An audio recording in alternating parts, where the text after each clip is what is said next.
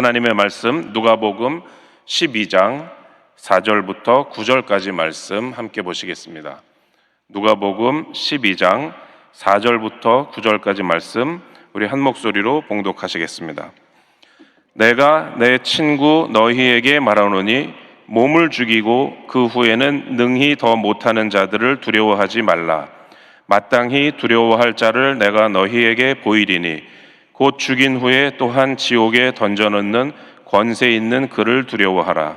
내가 참으로 너희에게 이르노니 그를 두려워하라. 참새 5마리가 2앗사리온에 팔리는 것이 아니냐. 그러나 하나님 앞에는 그 하나도 잊어버리시는 바 되지 아니하는도다. 너희에게는 심지어 머리털까지도 다 세신 바 되었나니 두려워하지 말라. 너희는 많은 참새보다 더 귀하니라. 내가 또한 너희에게 말하노니 누구든지 사람 앞에서 나를 시인하면 인자도 하나님의 사자들 앞에서 그를 시인할 것이요 사람 앞에서 나를 부인하는 자는 하나님의 사자들 앞에서 부인을 당하리라. 아멘.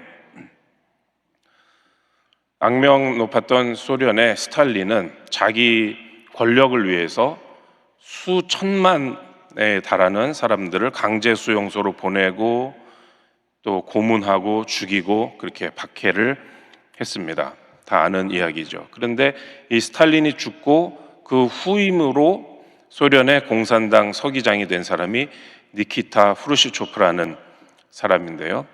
이 사람은 너무나 그 이전에 스탈린의 공포 정치가 가혹했기 때문에 이제 스탈린이 했었던 그런 잘못된 것들, 잔혹했던 그런 과거에 대해서 많이 비판을 하고 또 그것을 바로 잡겠다라고 그렇게 내세우는 말을 많이 했습니다. 후르시초프가 어떤 연설을 하면서 또 그날도 이제 스탈린을 비판한 것이죠. 소위 스탈린 격하 운동을 했습니다. 그랬더니 그 청중에 있었던 어떤 사람이 갑자기 연설을 막 방해하면서 질문을 하는 겁니다. 당신은 한때 스탈린의 동료 아니었느냐?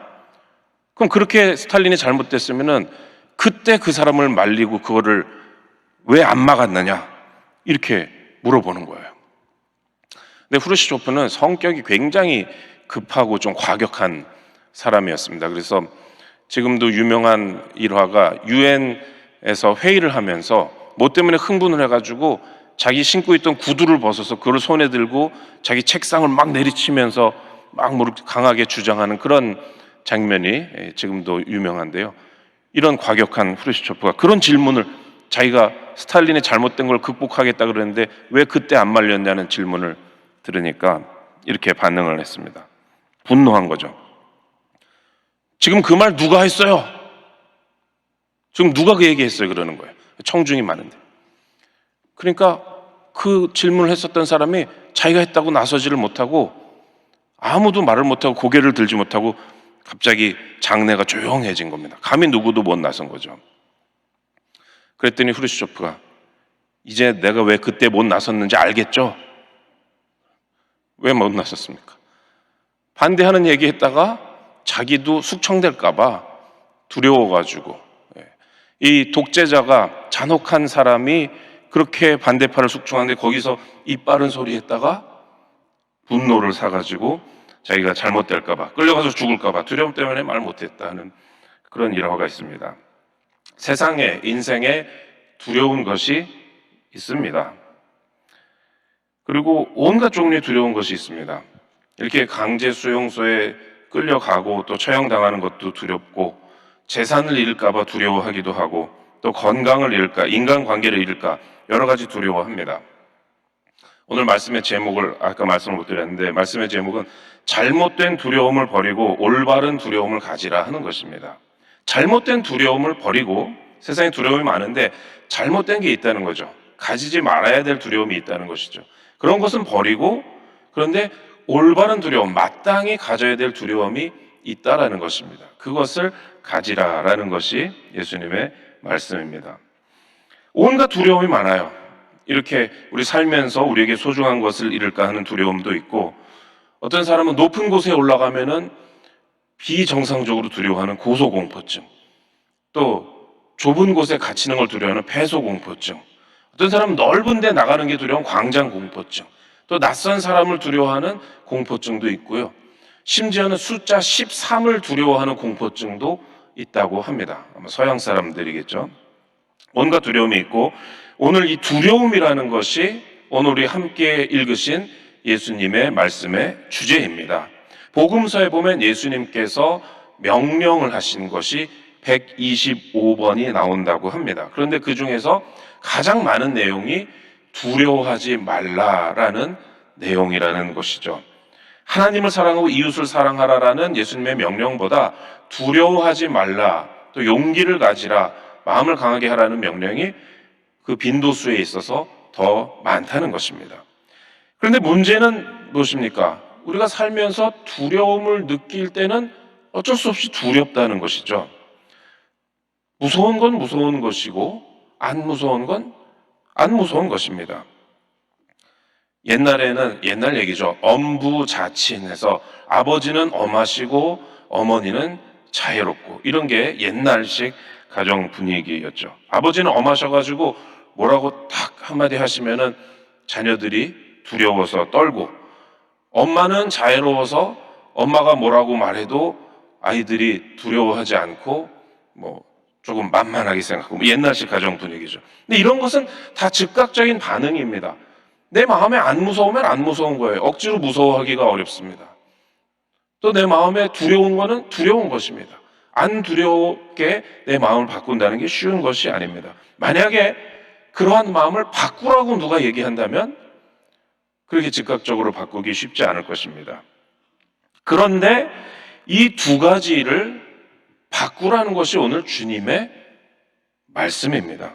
두려워하지 말아야 할 것을 두려워하는 사람들에게 그것을 두려워하지 말아라라고 말씀하시고, 아무리 지금 두려워도, 그리고 마음속에 어떤 거는 하나도 안 무서운데, 하나도 안 두려운데 거기에 대해서는 경외심을 가지라, 두려움의 대상을 바꾸라라는 예수님의 말씀입니다. 바꾸라고 말씀하셨다고 들을 사람이 또 바뀌어질 것이 얼마나 되겠는가 쉽지는 않습니다. 그러나 그런 의미에서 오늘 말씀은 좀 어려운 말씀이에요. 예수님의 말씀이 무슨 말인가 그 뜻을 이해하기가 어려운 것이 아니라 그 말씀대로 우리의 마음을 바꾸기가, 실천하기가 어려운 것입니다. 두려워하지 말아야 할 것, 예수님이 말씀하시는 두려워하지 말아야 할 것은 무엇이냐?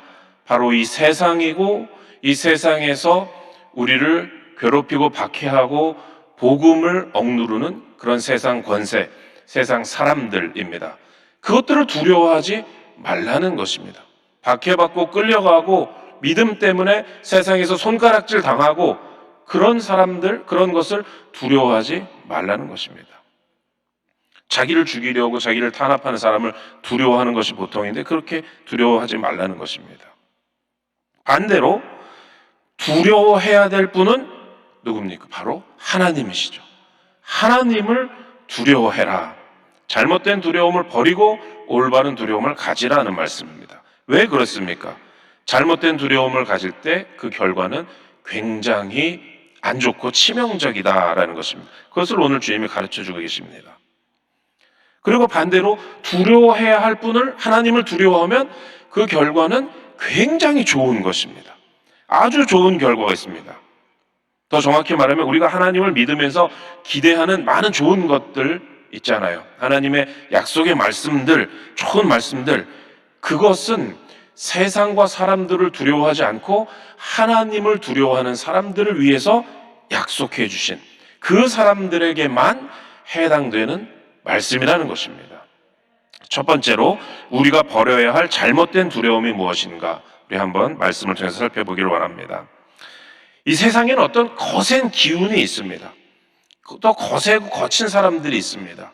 그런 기운이 한번 휩쓸고 지나가면 사람들이 거기에 밀리게 돼요. 심지어는 예수님에게도 아주 맹렬하게 거세게 달려들고 트집 잡고 반항하고 해하려는 사람들이 있었습니다.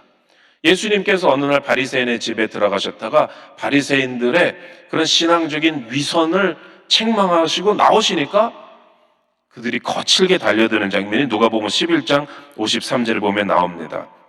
거기서 나오실 때에 서기관과 바리새인들이 거세게 달려들어 여러 가지 일을 따져 묻고, 이들의 거친 반응을 묘사하는 이 단어들을 보십시오.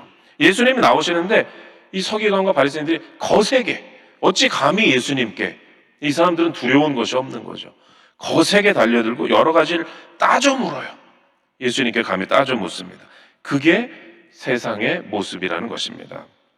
54절에 보니까 그 입에서 나오는 말을 책 잡고자 하여 노리고 있더라. 트집을 잡으려는 거예요.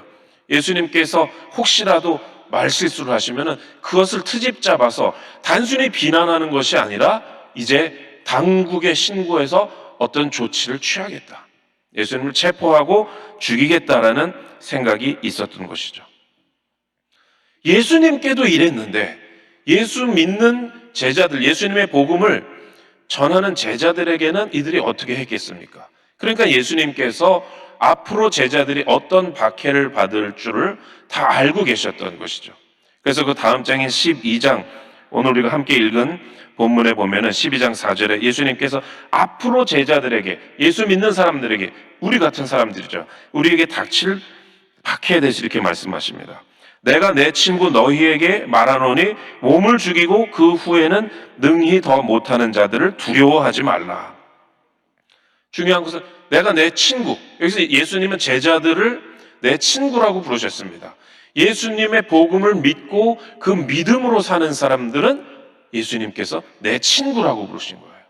근데 말을 하는데 뭐냐면 몸을 죽이는 정도의 박해, 이 세상이 거세게 맹렬하게 따져먹고 책 잡고자 노리는 그러한 어려움이 내 친구 너희들에게 다가온다라는 것이죠.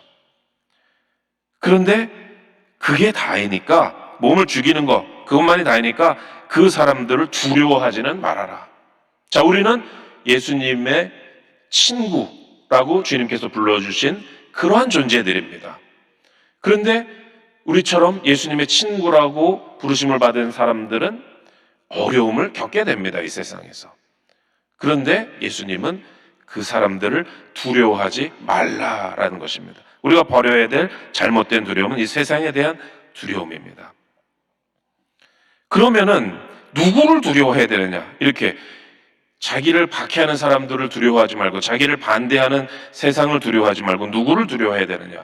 바로 하나님을 두려워하라. 그러면 하나님이 그 어려운 상황 속에서도 지켜주시고 보호하신다라는 것입니다. 두 번째로, 하나님을 두려워하는 자를 하나님이 보호해 주신다라는 것입니다. 12장 5절에 이렇게 말씀하십니다. 마땅히 두려워할 자를 내가 너희에게 보이리니 곧 죽인 후에 또한 지옥에 던져넣는 권세 있는 그를 두려워하라. 내가 참으로 너희에게 이르노니 그를 두려워하라. 이제는 올바른 두려움에 대해서 말씀하시는 것입니다. 자, 박해를 받을 때 너희를 괴롭히고 신문하고 끌고 가고 사형에 처하는 그들을 두려워하지 말고 마땅히 하나님을 두려워하는데, 왜냐하면 그들을 두려워해서 예수님을 부인하면 나중에 어떻게 됩니까? 지옥에 가는 것이죠. 지옥에 가는 것을 두려워해라. 하나님으로부터 버림받는 것을 두려워해라. 구원받지 못하는 것, 처음에 믿음으로 시작했다가 끝에는 불신앙으로 끝마치는, 그래서 구원을 받지 못하는 그러한 상황이 될까봐 그것을 두려워하라 라는 것입니다. 예수님께서 여기 보면 내가 참으로 너희에게 이르노니 이렇게 말씀하셨어요. 참으로, 정말로 잘못된 두려움을 버리고 하나님을 두려워해라. 왜 사람들은, 예수 믿는 사람들조차도 이 세상과 사람을 두려워하고 하나님은 두려워하지 않을까요? 세상이 우리에게 위험을 끼칠 수 있다고 그렇게 생각하니까 세상을 두려워하는 것이고, 또 세상이 이렇게 거세게 맹렬하게 달려들고 따져묻고, 얼마나 요즘 이 코로나 시대에 이 세상에서 하는 방송 보도들을 보면은 얼마나 모든 것을 교회 탓으로 그렇게 집중적으로 보도하고 그럽니까? 그러한 세상의 흐름을 볼 때 그게 달려들어서 따지는 것이죠. 과장하고 억울하게. 그럴 때 예수 믿는 사람들이 마음이 위축되는 경우가 있기는 있습니다. 근데 그러지 말라는 것이죠. 사람들은 이렇게 세상이 거칠게 나오면, 거세게 나오면 두려워하고, 하나님은 마음속에 어떤 의미에서는 쉽게 생각을 하는 거예요. 아, 하나님은 내가 잘못해도 용서해 주시겠지. 하나님은 나를 이해해 주시겠지. 좀 봐주시겠지. 이 세상 사람들은 인정사정 없이 달려들지만은, 사람들은 나를 해롭게 하지만은, 하나님은 자비로우시니까, 하나님은 사랑이 많으시니까 나를 용납해 주시겠지. 이렇게 생각을 합니다. 그러니까 일단 나에게 해를 가할 수 있는 사람들을 두려워하는 것입니다. 어떻게 보면 나름대로 논리적이에요. 나름대로. 당장 해가 가해질 수 있는 것을 두려워하고, 하나님은 또 나중에 회개하면 되고, 또 하나님은 이해해 주시니까 하나님은 두려워하지 않고, 나름대로 논리적입니다. 그런데 오늘 예수님은 그런 거 하지 말라는 것입니다. 그런 거 하지 말아라. 세상을 두려워하지 말고 마땅히 하나님을 두려워하라. 참으로 너희에게 이르노니 그들이 아니라 하나님을 두려워하라라는 것입니다. 왜 그렇습니까? 하나님을 두려워하지 않는 결과가 치명적이기 때문입니다. 뭐가 치명적이냐? 우선 지옥 가는 것이 치명적인 것은 물론이고, 우리가 당연히 우리의 것이라고, 우리에게 주신 약속이라고 생각하고 있는 많은 것들, 예를 들어서 하나님의 보호하심, 하나님의 은혜, 이런 것들이 사실은 그냥 예수 믿었다고 등록만 했다 그래가지고 그들에게 무조건적으로 주시는 것이 아니라, 이 박해 앞에서, 세상의 거센 물결 앞에서 세상을 두려워하지 않고 하나님을 두려워하는 그 사람들에게만 예비하시고 약속하신 그러한 축복이라는 것, 그것을 알아야 된다는 것이죠. 근데 이 하나님의 보호하심과 하나님의 축복을 받지 못하게 된다면 그건 우리 삶에 그거보다 더 불행한 일이 없는 것입니다. 그러니까 여러분, 우리는 마음을 바꿔야 됩니다. 마음을 바꿔야 될 시급한 필요가 있는 것입니다. 그 하나님께서 하나님을 두려워하는 자들에게만 약속하신 축복이 무엇인가? 누가복음 12장 6절에 보면 예수님이 이렇게 말씀하십니다. 참새 5마리가 두 앗사리온에 팔리는 것이 아니냐? 그러나 하나님 앞에는 그 하나도 잊어버리시는 바 되지 아니하는도다. 아주 보잘것없는 대상인데, 참새가. 근데 하나님께서는 그것을 다 바라보시고 기억하신다는 것입니다. 당시에, 예수님 당시에 참새는 보통 형편이 어려운 사람들이 값싸게 살 수 있는 단백질 공급원이었습니다. 여기에 한 앗사리온이라는 화폐의 단위가 나오는데, 한 앗사리온은 보통 학자들이 연구하기에는 한 데나리온의 16분의 1이다 이렇게 계산을 합니다. 그럼 한 데나리온은 보통 기술이 없는 일용직으로 일을 하는 그런 분들이 받는 하루 품삯이다 이렇게 계산을 하거든요. 오늘날 우리의 시대로 아주 이렇게 대략적으로 계산을 해보면은 지금 2021년 우리나라 시간당 최저임금이 8,720원입니다. 8,720원 한 시간에. 그럼 하루에 8시간을 만약에 일을 한다 하면은 8,720 곱하기 8이면 69,760원이거든요. 그러니까 올해 우리나라의 최저임금으로 하루를 일했을 때 버는 돈이 69,760원입니다. 그러니까 옛날 한 데나리온이 오늘날의 한 69,760원이라고 계산을 하면, 한 앗사리온은 거기에 16분의 1이니까 계산해 보면 4,360원이에요. 4,360원. 제가 다 계산기를 두드리고 왔습니다, 여러분. 그러니까 한 앗사리온은 4,360원인데, 근데 한 앗사리온에 참새가 5마리입니다. 참새가 5마리. 그럼 참새 한 마리는 얼마겠어요? 872원입니다. 그러니까 참새 한 마리의 값은 872원이에요. 그러니까 정말 적은 돈이죠. 그런데 그 참새, 도매금으로 5마리씩 팔리는 이 참새 하나도 하나님은 잊어버리지 않으신다. 하나님은 그걸 다 살펴보고 다 알고 계신다라는 것이죠. 하나님이 이 다 주관하신다는 이 말씀을 예수님이 왜 하셨느냐? 우리랑 비교하시는 것이죠. 그 다음 절에 7절에 보면 너희에게는, 참새를 말씀하셨는데 너희에게는 심지어 머리털까지도 다 세심바 되었나니 그러니까 두려워하지 말라. 너희는 많은 참새보다 더 귀하니라. 머리털 하나까지도 다 하나님이 세시고 다 돌보아 주신다. 그러니까 두려워하지 말라는 것입니다. 자, 그런데 여기서 우리가 물어야 됩니다. 예수님께서 말씀하신 너희가 누구냐는 거예요. 하나님께서 머리털 하나도 세시고 보호해 주신다는 이 약속을 예수님이 누구에게 하셨냐는 것이죠. 누가 이 약속을 받아 누리는 겁니까? 그냥 이 성경 구절을 읽는 사람은 이 약속을 다 받아 누리나요?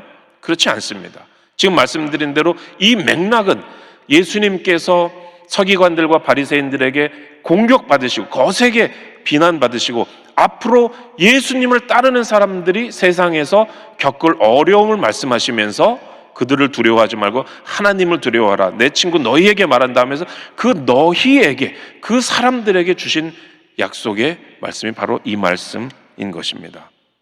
올바른 두려움을 가진 사람들에게만 하나님이 이렇게 보호하신다고 말씀하신 것입니다. 그렇게 귀하게 여기고 보호하시는 것이, 머리카락까지 다 세시는 것이 아무한테나 그냥 도매금으로 주시는 은혜가 아니라는 것이죠. 우리가 이것을 안다면은 우리는 우리의 옷깃을 여며야 됩니다. 우리는 올바른 두려움, 하나님을 두려워하는 것이 얼마나 중요한 것인가를 오늘 새롭게 깨달아야 될 줄로 믿습니다. 이런 사람들이 어떻게 되느냐? 8절에 보면 내가 또한 너희에게 말하노니 누구든지 사람 앞에서 나를 시인하면 인자도 하나님의 사자들 앞에서 그를 시인할 것이요. 이게 조건입니다. 온갖 어려움이 있어도 세상 앞에서 예수님을 부인하지 않으면, 그러면 머리털까지 세심바 되고 예수님께서도 하나님의 사자들 앞에서 이는 나의 친구고 나의 자녀라고 시인하신다는 것입니다. 반대로 하나님을 두려워하지 않고 세상을 두려워하는 사람은 9절처럼 하겠죠. 사람 앞에서 나를 부인하는 자는 하나님의 사자들 앞에서 부인을 당하리라. 사람을 두려워하면 예수님도 그 사람은 부인하시고 당연히 그 사람의 머리털까지 세시면서 보호해 주시는 은혜는 없다는 것이죠. 잡혀갔을 때, 어려움 당할 때, 우리가 어찌해야 할 바를 모를 때, 무슨 말로 세상 앞에서 대답해야 될지 모를 때, 그때 어떻게 해야 되느냐? 11절에 보면은 사람이 너희를 회당이나 위정자나 권세 있는 자 앞에 끌고 가거든 어떻게 무엇으로 대답하며 무엇으로 말할까 염려하지 마라. 하나님을 두려워하면은 세상에 대해서 걱정하지 말아라. 세상이 아무리 교회에 대해서 잘못된 보도를 하고 아무리 예수 믿는 신앙을 비웃고 어떤 믿음 없는 사람들이 흔들린다 하더라도 두려워하지 말아라. 남이 하는 말 단 한마디의 부정적인 말에 마음이 흔들리는 사람들이 있습니다. 내가 하는 일에 대해서, 나에 대해서 누군가가 한마디만 부정적인 얘기를 했다는 소문을 듣고 마음이 막 녹아내리는 사람들이 있습니다. 이것은 예수 믿는 사람들의 자세가 아닙니다. 이거는 세상 사람들의 생각, 세상 사람들의 손가락질에 온 신경을 다 쓰는 것이죠. 세상을 두려워하지 말고 하나님을 두려워해야 될 줄로 믿습니다. 12절에 보니까 마땅히 할 말을 성령이 도와주신다는 거죠. 하나님을 두려워하는 사람은, 예수님을 믿고 예수님을 부인하지 않고 신실한 사람은 성령이 도와주십니다. 그래서 마땅히 할 말을 성령이 곧 그때에 너희에게 가르치시리라. 여러분, 우리는 성령의 가르치심을 받기를 원하십니까?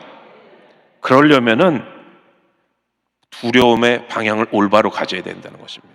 세상을 두려워하면서 성령님, 세상이 두려운데 어떻게 해야 됩니까? 안 가르쳐 주셔요. 하나님을 두려워하고 하나님을 믿는 사람에게는 마땅히 할 말을 성령께서 그 입에 넣어 주신다라는 것입니다. 임기응변도 그러니까 아무나 하는 게 아니에요. 세상적인 임기응변은 자기 지혜로, 자기 수단으로 하겠지만 성령께서 주시는 지혜로 말하는 것은 하나님을 두려워하는 사람에게 주시는 은혜인 것입니다. 말씀을 맺겠습니다. 오늘 예수님의 말씀, 성령께서 말할 것을 가르쳐 주시고 머리카락까지 세심바 되고 또 하나님의 사자들 앞에서 인정해 주시고 이런 모든 은혜와 보호하심과 축복은 하나님을 두려워하고 하나님을 경외하는 사람들에게 약속하신 것입니다. 여기서 이 세상 사람들은 또 심지어는 예수 믿는 사람도 두 집단으로 나뉘어집니다. 세상을 두려워하는 사람들, 그리고 하나님을 두려워하는 사람들.